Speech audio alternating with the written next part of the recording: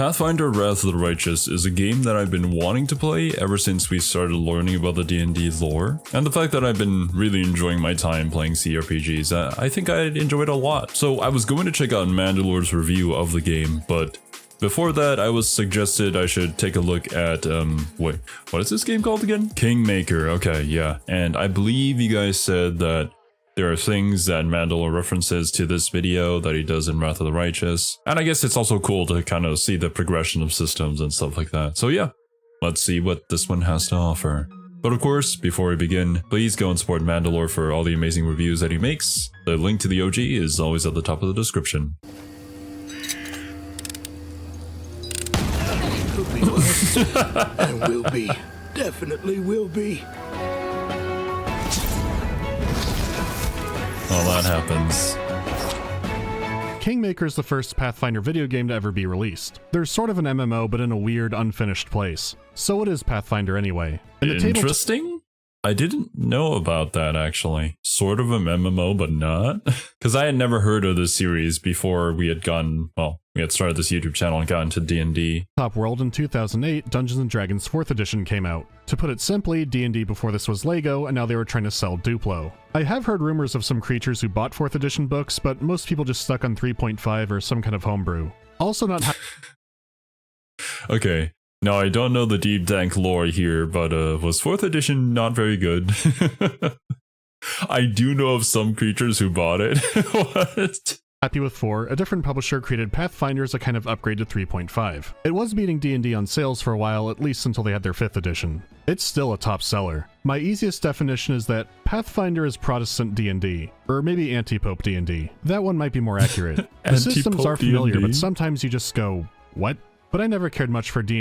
Okay, so it's not entirely based off of that, but it's kind of like its own thing, kind of like a spin-off, essentially. D&D lore outside of some video games. I knew little about the main setting before playing this, but it does take care of you. When a setting reference pops up, so does a simple hyperlink to learn more. I didn't mention this in its own video, but I think that Tyranny was the first CRPG to do this. I think that's pretty awesome. Like, if you want to learn more about a specific thing that a character is talking about, then you can always, like, re-reference it. It could also just be the fact that you don't really remember exactly what it is and need a bit of a refresher. Always nice to have. A lot of games in the genre that would benefit from that, but you need it way more this time around. Kingmaker is a huge game and an ambitious one. Part traditional RPG, part city builder, part empire builder. A single playthrough can easily...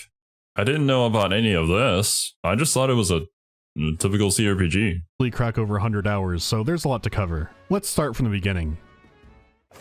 Our story started at the mansion of an Aldori sword lord. Drawn by the promise of a most dangerous task and a commensurately huge reward, heroes of all stripes gathered here. There's a bandit king called the Stag Lord who's claimed wild territory. Whichever adventurer defeats him will be made the ruler of the stolen lands. And that's it.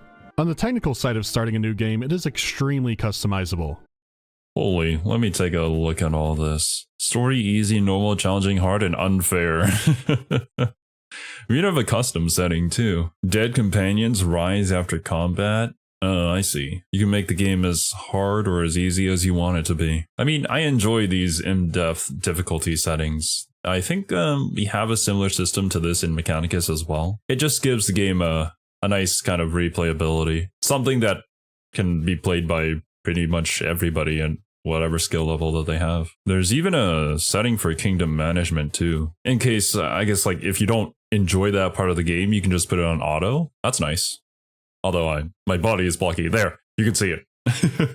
If you saw that glimpse of kingdom management and went, wow, I really don't want to be a fantasy accountant, you can turn that off. The Empire can manage itself. This is a glimpse of both the game's greatest strength and its weakness. Out of every game like this I've played, it's the closest to the pen and paper experience. So this means there will be a lot of depth when it comes to your character and choices, but it will mean that this game can be cruel. You might wonder why normal difficulty tones down the enemies. That's because an unadjusted encounter expects you to use every trick at your disposal. It's not made to hold your hand. If a villager tells you not to go to the cursed Scooby-Doo island, oh my god, another statistic. It's worth keeping that in mind before you bump anything up without playing it. As for character creation itself, Jesus Christ, okay. All I see is blackness. You have a few portraits to choose from when you get started. There aren't many, and some of them will even be used by significant NPCs, only being changed around if you pick that one. Thankfully, you have a simple import portrait button. There are plenty online, and it is easy to crop one up yourself. Oh, you could. So it's not even a mod. You can just put in whatever portrait that you want. That's actually pretty cool. But also, it could lead to so many cursed things. So my main used one of the pieces from the Total War Warhammer video. The check is in the mail. From here you pick your race, your appearance, maybe your ancestry, are you left or right-handed? When's your birthday? Do you have any 1099s? How big is your mom's house? The game has nearly 24 classes, with the DLC adding one more. There are special prestige options and multi-classing, and if that's not enough, each user has 3 or 4 different archetypes. This is Jesus Christ, the choice paralysis I would have in the character creator. Like, if I ever streamed this, the first stream would be me just reading everything. We'd probably end it with me exiting the character creator. And while I think multi-classing could be kind of fun, I'm also kind of more of just a, what would you call it? A monoclass guy? I don't know, I feel like I'd rather just keep things simple than to mix and match a bunch of things, even if it might be, you know, more optimal that way. Also, what is this, like, thumbs down? Is that like not recommended? Does the game have a recommendation system based off of the stuff that you picked before? This is all before picking your feats and all your different skills. It's an insane amount of variety. It's like if filling forms out in the DMV were fun. I like filling out these forms, instead of lying face down between the parallel parking test cones, waiting for some 9th grader to send me shiny and chromed Valhalla in his 2006 Corolla. So I like the character creator. It's very in-depth and not as overwhelming as it first looks. When that's all said and done, you can finally... Yeah, that is a thing about a lot of these, well, I was going to say like grand strategy games. This is not a grand strategy game, it's an RPG. But still, the same rule kind of applies. Like, to a newcomer, when you see all the menus and all the buttons and all the bits and doodads, like say Total War Warhammer, initially it can look very overwhelming. But like once you play it and you begin to understand how the systems work, then yeah, it makes perfect sense. Enter the world of Kingmaker. Let's check out the visuals. For starters, I'm biased. When it comes to isometric RPGs like this, I really prefer the look of 2D or 2.5D, but 3D games can offer a lot more mechanically, like being able to rotate a camera and really explore around. Kingmaker is fully 3D, but strangely doesn't let you rotate the camera. There is a rotation mod, but some objects won't have textures on one side and stuff like that. Initially, it seemed like having the advantages of neither format. Hopefully they fix that in Wrath of the Righteous, because that is a weird design choice. But then again, I believe Kingmaker is by Owlcat Studios, which isn't really like a AAA game studio. They're doing their best with the budget that they have, so I guess there's that. Despite that, the graphics really impressed me from time to time. Because sure, some objects don't have sharp textures or other pitfalls, but they really take advantage of their effects like dynamic lighting. You may not be able to swing your view around, but you can see the depth in the image. This sounds weird to point out, but I remember going, wow, that's some good-looking water. I mean, look how it's foaming up in the rocks. That's some good shader work. There are lots of effects like that add physicality into the world. Kingmaker will never have the prettiest... I mean, I'm not exactly a game reviewer, so all of this stuff I probably wouldn't notice. Up until very recently, I've been playing every game on my trusty 1050 Ti. So anything that is above the lowest possible graphic settings look really good to me. And anything that runs at more than 30 FPS is incredible. I guess when you live the simple life, you appreciate everything. Screenshots, but while actually playing the game, it's good looking. It's also worth mentioning the game has different times of day, different weather, and even different seasons. With as many outdoor areas as it has, that's a lot to factor in.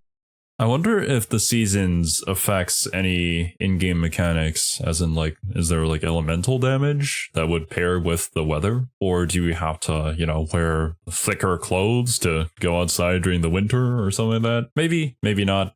I don't really know how in-depth we're getting into the roleplay here. And I sometimes would get a feeling that an area didn't look quite right, like they may not have intended you to see it when it was snowing, but didn't want to cut off that possibility. That didn't crop up too much though. The environments can be colorful and fantastical and everything else nice. As for the characters themselves, they have a surprising amount of detail on them. Just about every piece of equipment you have is modeled on the character. It can range from weapons to even the potions you have on your belt. Going that small... I mean, it's really cool whenever you get a weapon and then you can actually see your character using that weapon. Or, you know, if you get something different, then they would wear that differently. Although, I do hope that they have this option where you can, you know, hide your helmet, or you can equip armor, but then have it appear as something else, because that would be quite nice. There are some armor out there that has like really good stats, but you don't like the look of them, but you do want the stats. So I feel like that's just something that a lot of games should have. Well, Probably mostly in the MMO genre. But it is really nice, you know, if they have that. It was unexpected, but appreciated. Now when it comes to art direction, this is tricky. When it comes to something like enemy encounters, you mostly won't see anything too crazy. There are cool enemy designs in the game, but I don't want to spoil most of those. But you'll maybe be getting generic fantasy enemies because that's what the setting is. There is a huge variety, but generally you'll know what to expect. This is mitigated by how much the developers just embrace the setting. They went to great effort to make all the menus feel like flipping through the books. Exploring on the world map has a simplistic charm to it. Icons bounce like someone dropped it on a board. You might have a series of skill checks that are inside of a book itself with this cool hand-drawn artwork in it. The game knows you should always have rope. Always have rope. DMs punish you for not having rope, but RPGs have been lacking. Not this time around. They know. So players can accept the world for what it is, but understandably some might be bored by it. It can be gritty, but not enough to stop being an adventure. It's hard to put into words. If you know, you know. As for sound, the ambient effects are mainly in the gets the job done category. On the other hand, combat sounds satisfying. You get these good meaty thunks when you're kicking the ass of some snake person in a beautiful meadow.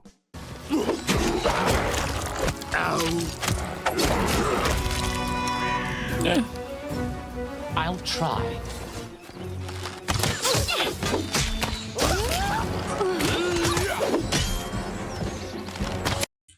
That is something that is quite important, to have feedback, you know, from your attacks so that you feel like you're actually doing something. And the meaty, chunky kind of sound there is, I think, more satisfying than the clinking and clanking that some games kind of have.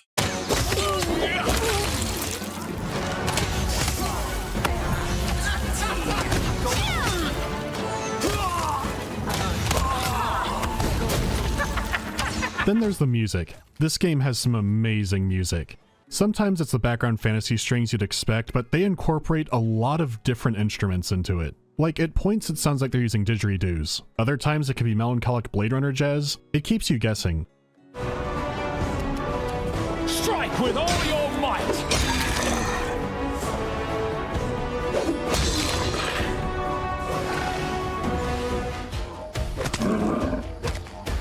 Jabberwock.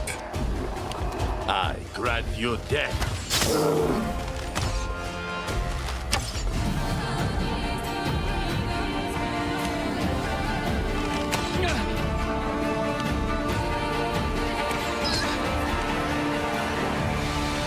Okay, this track is pretty cool.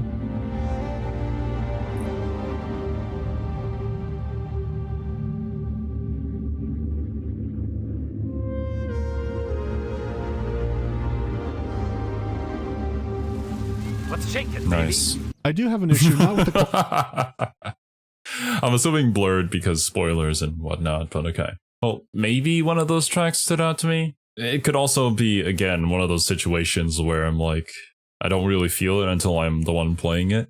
Or I need to like re-listen to the soundtrack and whatnot. When it comes to a lot of my favorite soundtracks, it's kind of been that way too. Like, I didn't really think too much about it first time, but after a while, it kind of grows on you. Didn't hit me like those other tracks though that, you know, the first time you listen to it, you know that it's special.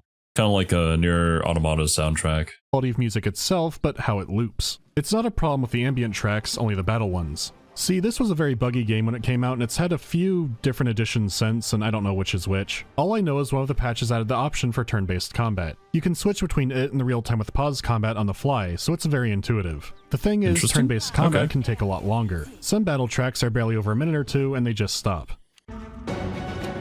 Stay behind me!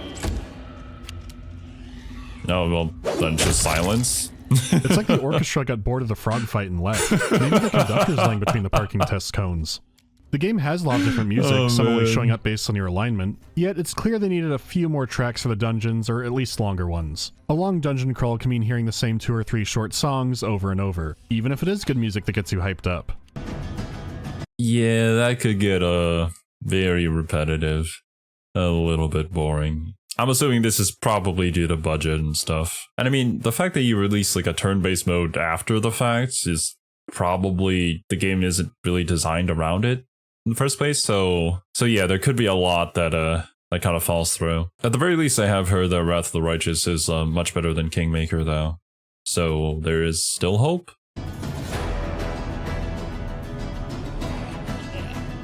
Yeah, Grog. When the game starts, you'll have a brief tutorial, but there's still room to make choices in it. This will develop your character, teach you the systems, and determine which party members you might start off with. From there you enter the wider world and can mainly go about things as you see fit. The catch is that you have to defeat the Stag Lord within 3 months. Even doing everything you can at this point, this is still plenty of time. Oh, so it's time-based. Okay. I'm assuming depending on the distance that you travel, there's going to be a set amount of time that passes, and certain actions might cost more time and whatnot. Or maybe even like long rests could pass the day, if that even is a mechanic in this game. Traveling across the overworld will burn up hours. As you explore, you reveal more of the map, more paths, and more locations you can visit. The game just begs you to get sidetracked. You can help out your party members, hunt animals, look for treasure. It's what you'd expect from the genre, but more freeform. Get out and be a murder hobo. There's no telling what you might deal with. Sure, sometimes it's a cursed tomb. Sometimes it's kobolds getting high in a meadow. However, besides just solving the problems, you're also the future ruler of the lands. How you deal with the problems can affect future events.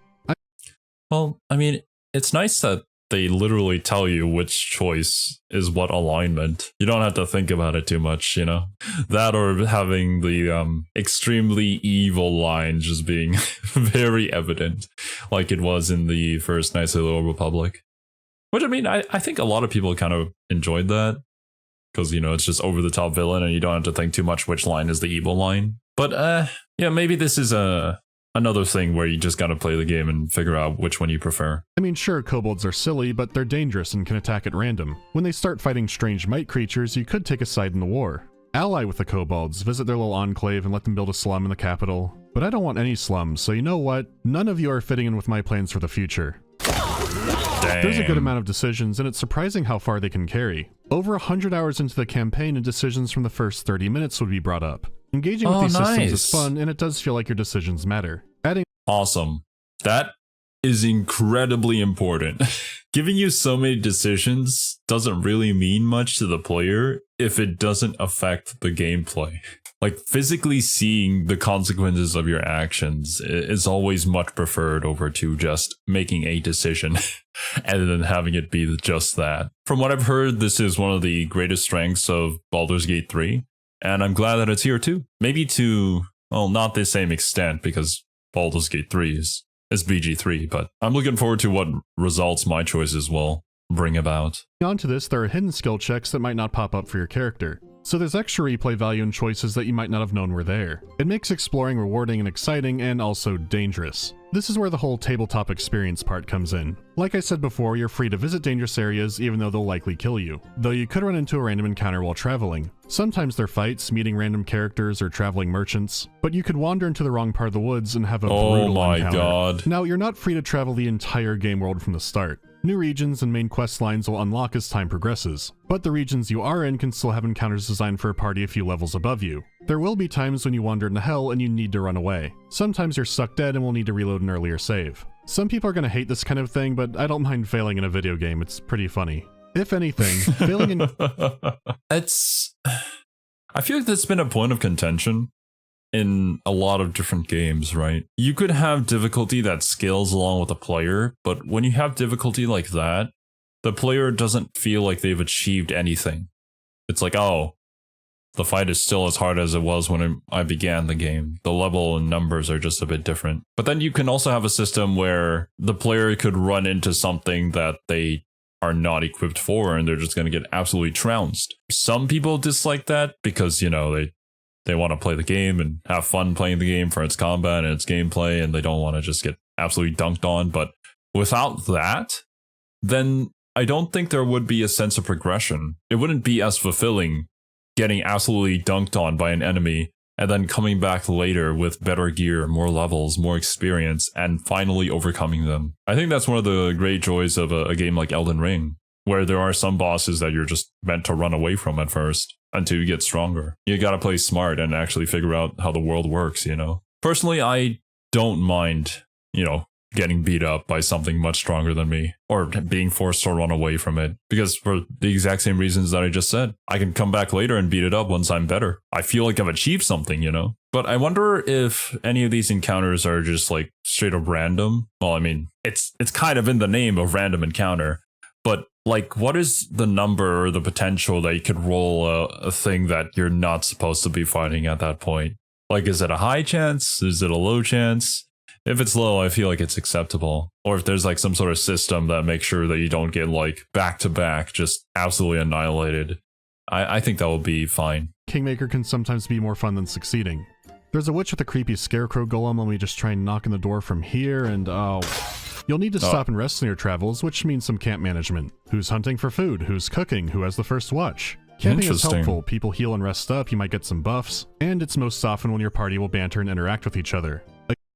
Well, I mean, it's cool that you can even assign roles to your party, kind of like you would in, well, I was going to say in real life, but kind of like how you see fantasy characters do it in fantasy movies. As far as I'm aware, in something like BG3, you just kind of hit long rest and then you get teleported to a safe zone where everybody just kind of chills and you're able to talk with each other. I don't know which one I'd prefer, but I mean, I haven't seen a mechanic like this before, so could be interesting. Again, there's a chance of failure. You can learn all kinds of food recipes for buffs. It might be even more significant if it's someone's favorite food. But your cooking could be so bad that the smell gives away the camp. Instead of a nice rest, you're being ambushed by the undead. All because you screwed up making chicken. This is...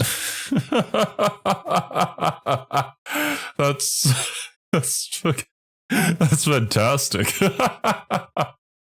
Imagine the stories you could tell. Actually, do the Pathfinder games have co-op? I think that would be really, really funny. Great stuff, but I do think the game can throw people into the challenge a little too fast. For example, one of the very first side quests in the game is picking berries from a cave. You get a few alchemist fire bottles to help you out. The cave has venomous spiders that drain your stats until you rest or get it healed. Your alchemist fire is for getting rid of swarms of spiders. These can miss, and this early on you have few tools for dealing with swarms. It's a simple premise, but I knew multiple people who restarted here. And it is a weird choice to have this kind of specialized encounter so short after making a character. When you enter the cave, the first enemy you see are the Corolla-sized spiders. If a guy told me, take my grenades, they'll help kill the spiders, and I saw that, I'd assume that's the spider. There's even another party of dead adventurers in the cave. If you're new to these kinds of games, it is a bit of a toss into a deeper end, but the whole game isn't like that. It's not a... Okay. Yeah, that is I agree, it's a questionable encounter, especially with the confusion between using the grenades on the massive spiders, which you would naturally assume so, rather than the small swarms of spiders, and the fact that it can miss too, so you could actually get really bad rolls and just run out of grenades. So then what? Like, if you're playing it for the first time, you probably wouldn't have any backup skills in order to clear them out. Then you just gotta reset. I guess every game has that one questionable mission where the devs were trying something, but it didn't really work out. The first thing that comes to my mind is a particular mission near the end game of Valkyria Chronicles 4, which I don't know if any of you guys have played that. But it's a very interesting, almost turn-based strategy, but not quite. It's very unique in its gameplay. Up until then, every single battle that you went into, you as the player would be able to go first before the enemy gets to move. But in that one particular battle, the enemy gets to go first. And I got really, really bad RNG, I guess, because the enemy immediately moved over, killed the main character, and then I lost the mission before I even got to play the game. So that was a very questionable decision. Yeah. When your entire game is kind of designed around the fact that the player gets to move first, and then you switch that up randomly, very unexpected results can happen. Oh, God. Are you kidding me? I couldn't even do anything yet. What is this bullshit? So yeah, that's just... Every game has their faults here and there, but it doesn't mean that the whole image is ruined from that. Hopefully. Difficulty cliff or anything, but I can see how some people got thrown off. This is a game you want to be having a few saves in. Chapter 1 is essentially a giant tutorial for the adventuring portion. You learn how to navigate the map, and you learn why the grease spell's nerfed in every tabletop setting. There's a huge amount of depth to the combat. Leveling up really is an event, and if you're running a magic character, by the end game you'll have a crazy amount of choices. I can't stress enough how good it is to be able to switch between turn-based and pause combat on the fly. If it looks to be an easy fight, then why slow things down? If it looks tricky, flip on turn-based and take advantage of every action. This ends the ancient argument. The answer is both. You can easily spend a dozen hours in the game before dealing with the Stag Lord. When you do, this opens up the next phase of ruling. Let's get into that. Ruling over a kingdom first means appointing staff. Your party members make for good candidates, but like anybody, they have different ideas on how a government should run. They'll come to you with kingdom dilemmas and give their input on it, but it's up Bro, we're literally summoning the elector counts. But this does seem to be a much more in-depth system, because there's also like that small city building portion, and I'm gonna assume that depending on the buildings that you build, or maybe where they're positioned, it also affects how the kingdom and like the values and stuff of population growth and I guess control. I'm kind of speaking about this in Total War terms, but I don't really know the terminology here just yet. To you to make the choice. These choices can have a few different effects. Like your character, the kingdom itself has stats. This ranges from military might, economy. Okay, let's see this. Barony stats, lawful good, community loyalty, military economy relations, divine arcane stability, culture, and espionage. I wonder if you could specialize particular baronies. Is that even how you refer to them as? So, particular cities to be a certain thing, and then use whatever stat that offers from that city, or if it's just collected as a whole. Economy, religion, all the broad areas you can think of. The better your stats, the better you can handle events. These will pop up in the kingdom menu and take some days to solve. This is a background thing, you won't lose any active party members. The degree. Okay, so I guess just like random stat checks come in, and then depending on the value of whatever it calls for, then you get different choices. If success or failure depends on your kingdom's stats. The actual method of it being solved is also decided by the kind of advisor and who it is personally. Here I'm having trouble with an elf supremacy movement at the border. I could send my foreign relations counselor, but she likes finding a common ground in disputes. Now's not the time for that. Instead, the general led a military raid followed by mass arrests. An extremely good outcome, the kingdom stats go up. But who knows how a different general may have handled it. These events aren't always in a vacuum either, because typically they reflect what's going on in the actual game world. I think that's awesome. You kind of have to understand your party members and who's the right fit for the right job. I mean, it's kind of what being a leader is all about, right? I enjoy the fact that it's different depending on the person that you send. That's cool. It's not just like, you know, generic lords. It's pretty neat to make a decision in the throne room, then while playing the game you come across a consequence of it. Even if it's small, your choice feels acknowledged. Your kingdom will physically change over time, and how it looks is affected by your character's alignment.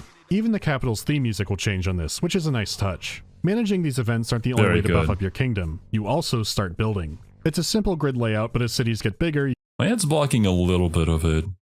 But I guess we spend BP in order to build certain things, and then you can see on the right here what statted buffs. +1, +1. There's probably... I think we saw earlier that if you build the Cobalt Slums, it gives you like a -1 on something, but gives you other stats in return. You get more space. Once again, your alignment and your choices can unlock new special buildings. Your city has a limited amount of space, and to build a structure at all, you need build points. Your city gets some weekly, but you can make trade deals or enact special projects. I think it's really cool that you get to actually see it come together, you know? And it's not just like a menu where you slot buildings into. And also the fact that your alignment can give you unique buildings and stuff. Man, the replayability on this game is insane.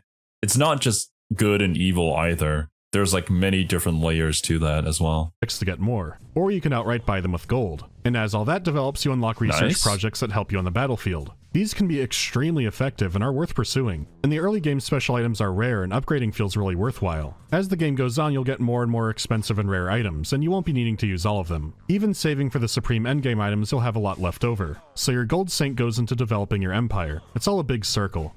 You adventure around collecting items and claiming resources for the barony, and in turn it makes you better at adventuring. You wipe out some threats, annex their territory, and now you have more cities to build, where you build. That's good. Is like having a system like this, I mean, it's fine and all, but if it's just kind of like a standalone thing that doesn't really help you in any way, any meaningful way, then like, why have it, right? You have to find a way to mix it into the core gameplay. And the fact that it's like I guess a loop that constantly builds upon itself is a really, really good thing that I'm glad that they were able to achieve. A lot of games don't do that, and they just kind of have systems because, you know, it's cool to have that, right? Just having something because other games have it doesn't immediately make that a good thing. In fact, it can literally just take away from the experience rather than improving upon it, which I don't think anybody wants to have. Build this city will affect its layout and its access to resources. These cities can specialize in certain resources, be added into a teleport network. It can be keeps going. specialized. Your new towns will Nice. attract artisans with their own quest lines, and if you help out with those, they can give you some absurdly strong items. And if you don't want them, it's just more Awesome. gold for the war machine. There is even more to this, but I hope it conveys what a rabbit hole it is. To be fair, when visiting them, all the cities look identical except for your capital, which is understandable because mapping out all those variations would just be insane. Still, Right? With how customizable it is, like, I don't think that will be achievable for really any dev team, or honestly, like, not necessary. But I wonder if this system was like improved upon or is in Wrath of the Righteous as well. Because now I can understand how you could sink like thousands of hours into this. And I think Wrath of the Righteous has even more choices to make. it's a hugely ambitious system to have on top of a CRPG. It keeps those elements in developing your Right? character further, which is what it should be all about. As for drawbacks, it does mean you want to come back to your capital at least monthly. You can manage your kingdom in the field if you're inside your own territory, but some matters require your personal attention. Education I standards, drugs see. in the military, necromancy and labor acts, those can all wait on the back burner. Service guarantees citizenship. One annoying element is some projects keep you stuck for about 2 in-game weeks. Other events can finish or pop up, but you can't see them until this is over. You'd think it could at least stop to make some adjustments, but no, you have to time everything very carefully. While you won't miss the most significant events, you will lose some opportunities due to time. Most quests do tell you if there's a time limit, but some don't. If someone ever tells you hurry, they usually mean it. If you put off some quests Okay. too long, their effects might end up on the kingdom docket. This So yeah, I mean, everything is kind of tied into the time system that we got going on here, and you have to manage that. You can't really be everywhere doing everything all at once, which, I mean, that's a good system to have, right? It's kind of like the XCOM 2 system. You can't be there to save everybody, but you got to be there to save the most beneficial targets for the cause. And obviously the people that you weren't unable to save, you would have to take whatever negative repercussions come from that. That's also probably why they don't have a system where you can just change things on the fly as you like accepted a particular request that takes like a week or so to complete. Because then it makes that decision more, I guess, weighty, more impactful. Yeah, there you go. was a lot to juggle, so at first I was anxious I wouldn't be able to cover everything. It turns out Kingmaker is the opposite of most RPGs. The time before bad events pop up related to your main quest is still very generous. What you do is knock out the objectives related to it. With that knocked out, the chapter is over, but in title only. Now you can chill and things aren't too pressing. Explore around, do some side quests, and manage the kingdom. However, if you ignore it and problems pile on, the kingdom could fail, and that means game over. If you keep up with it, it shouldn't be a problem. But if you consistently neglect and ignore it, it will bite later on. If someone is interested in this but not 100% sure, it is worth turning down the kingdom difficulty. Just be aware if you put on automatic, you can't go auto backtick? Oh, fuck it. Remember, the game is assuming you'll be able to skip weeks and weeks at a time. If you are caught up, that can mean weeks and weeks of nothing but kingdom management, though being caught up is an impressive feat. There are tons of single area unmarked quests and treasures, but you will run out eventually. I guess then you roleplay getting drunk and resting at the inn a lot until something happens?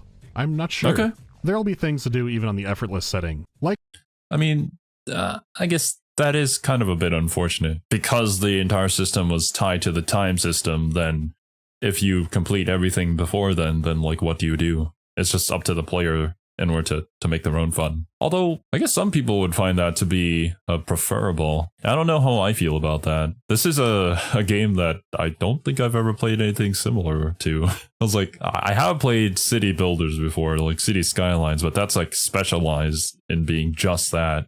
Not a CRPG on top of that. in the real world, fantasy governments have a hard time convincing ancestral people that they're in charge. Why hurry? The same end awaits us all. Being an adaptation of a pen and paper campaign, this story is laid out the same. Whether it's a monster invasion, the undead, or a death cult, the game throws a variety of challenges at you. Throughout it all, there are hints of a big bad guy being behind some things. Ooh. I'm not going to dig into the details of the main story. I'll just say if you're wondering how a rich land was unclaimed for so long, there are answers. See, what you're getting is mainly 6 self-contained 12-hour stories. That's not accounting for side quests and all the unlockable areas that you can explore. Then the last hours of the game have like a single side quest and mainly focus on getting the big bad guy. It's hard to word, but speaking generally, you play this game more for the systems than for the writing. You do have interesting party members, but with the exception of one, you can dismiss all of them and the game will be fine. You can even create mercenary characters and have a fully custom party. You're given a lot of freedom to play how you want, but it does come at a cost there. I wasn't sold on them at first, but I grew to like a lot of the companions. The issue is once you're done with the initial background interrogation, you don't interact with them a whole lot outside of their companion quests. Most of these are interesting and, like everything else, can come up later and develop their characters in different ways. But for a game this long, they do feel condensed. Immediately after the tutorial, you can tell someone they're a true friend and I'd trust you with my life. That's what? Quick. That's a little fast, yeah. It has to be squished down like that. The party quests are good, but they might leave from your actions, or you can just kick them out at any time. It does make sense to put resources towards more content people will see.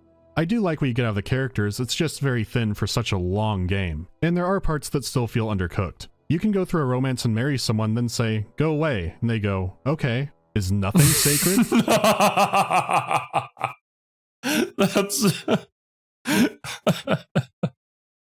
That's great. Love that. Okay, yeah, that's unfortunate. I wonder, does this persist in something like Rogue Trader as well?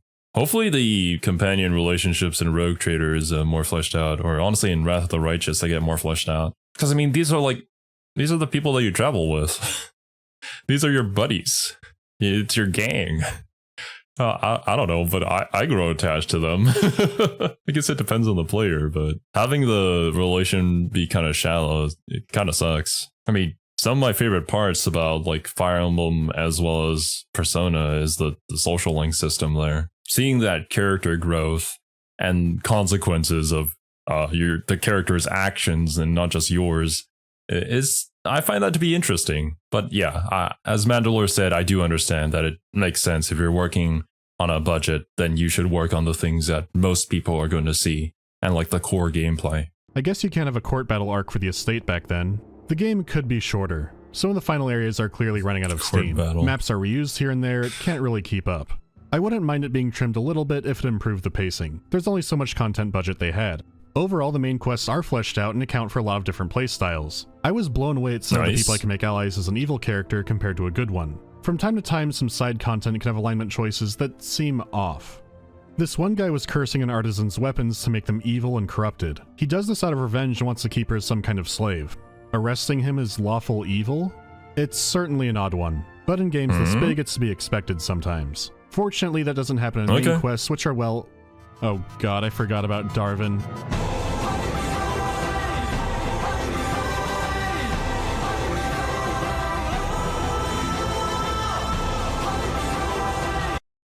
Okay, what is this?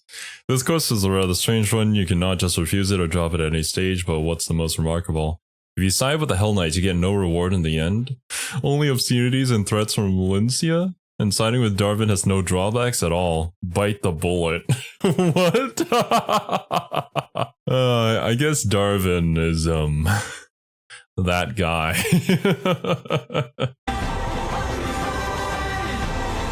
Bite the bullet. Darvin's quest is... it's brief.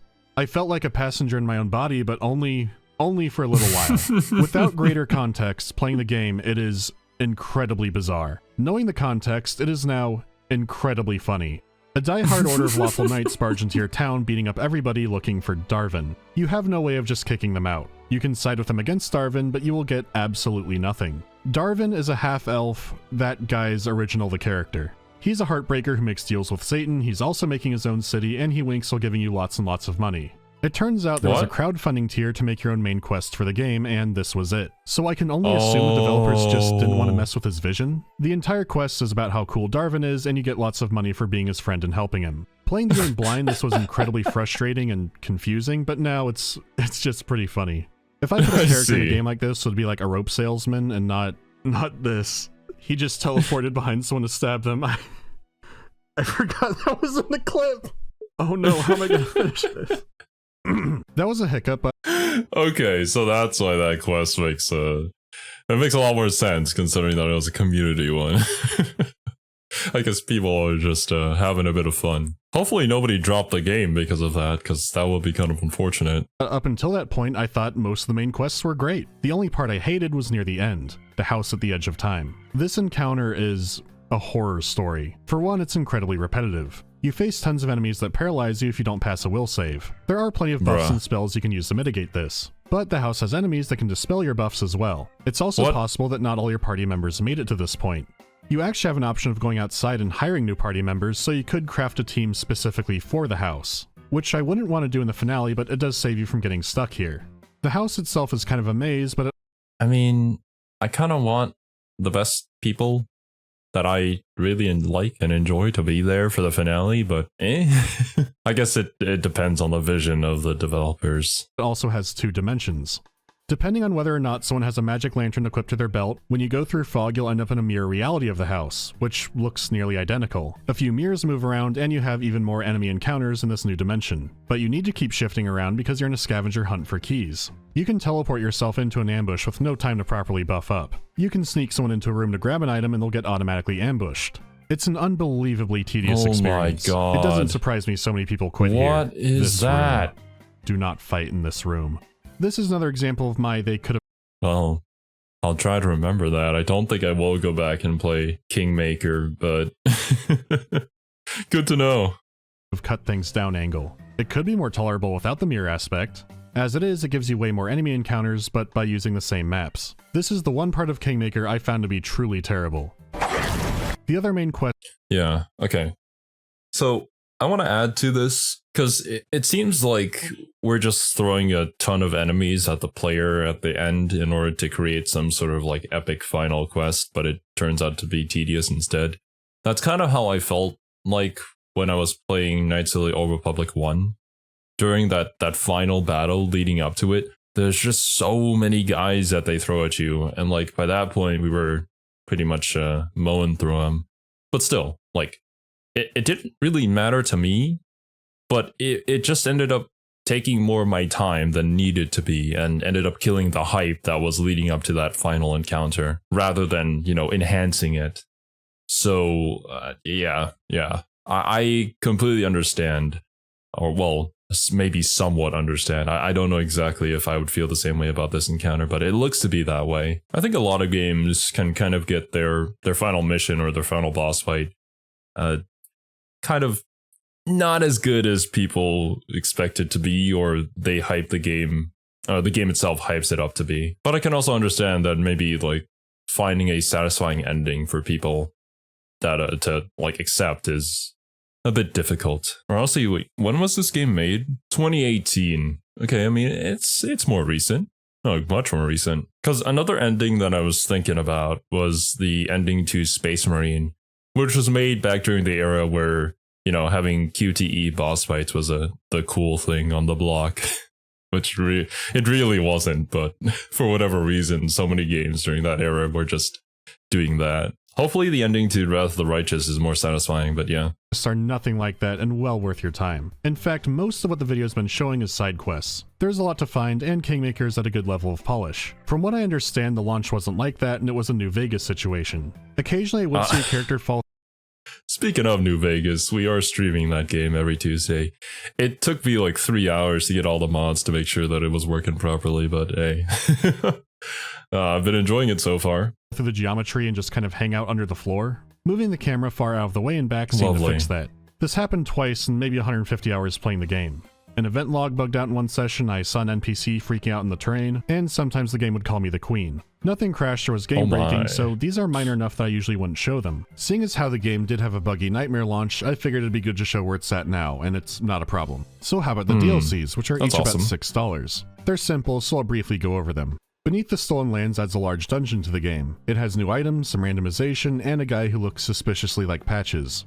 It's an okay run in the main game, but getting the true ending to it requires some convoluted searching around, and some of the fights can be messy. The thing is, they added it in the main menu as a roguelike mode. You can make a party just for it, or go solo and see how deep you can go. Okay. Not only is it a good way to test character builds, but it ended up being a lot more fun than I expected. It's a more than solid addition at that price, and does feel like getting an extra game. Varnhold's Lot has a parallel campaign to the main game that you make some characters for. It adds 18 new class feats, new items, and promises to affect your main game. The actual effects it has are pretty minimal. There's also an ideal time to start it in the campaign, which you wouldn't know. The linearity of it also doesn't play to the strengths of the game. I've never been much of a fan of RPGs having this brief side content one-shot DLC. Replaying these games, I never want to touch them again. This is the same deal here. I have no idea what that was a reference to. It is a good price for an 8-hour campaign, but it's not essential. The Wild Cards adds tieflings as a new race, a new companion, a new class, and a new quest line. This is more what I like to see. New content that integrates well into the main game to the point that you wouldn't know it's DLC. If you get them all bundled in a sale, it's a solid deal. The main game will be on sale for about $10 for the next week or so in the pinned link. The main game with all the DLC will be about $16. For what this game has, that's a steal. Even when that's over, it's still a solid recommend at full price. It's a big game and highly replayable. Not to mention it's the developer's first game. This is unbelievably ambitious for that. I didn't know it was their first game. Like, hot damn. Yeah. Like what they were able to achieve with this is, yeah, it is incredible. Stacking so many different systems on top of each other and intertwining them all together to somehow make it work. Parts of it aren't in complete harmony and it does feel stretched at the end, but wow, this is one hell of a debut game. There is a sequel in the works and it looks to be polishing up some mistakes that Kingmaker had. That's one I'll be keeping an eye on. What's here is great if you like pen and paper adventures and encounters and all the systems and don't care too much about the finer details of the story. It's a decent one with many choices, but we're playing in a dangerous genre for comparison. I'll see you next time for, well, I'm really not sure. It might be a disaster.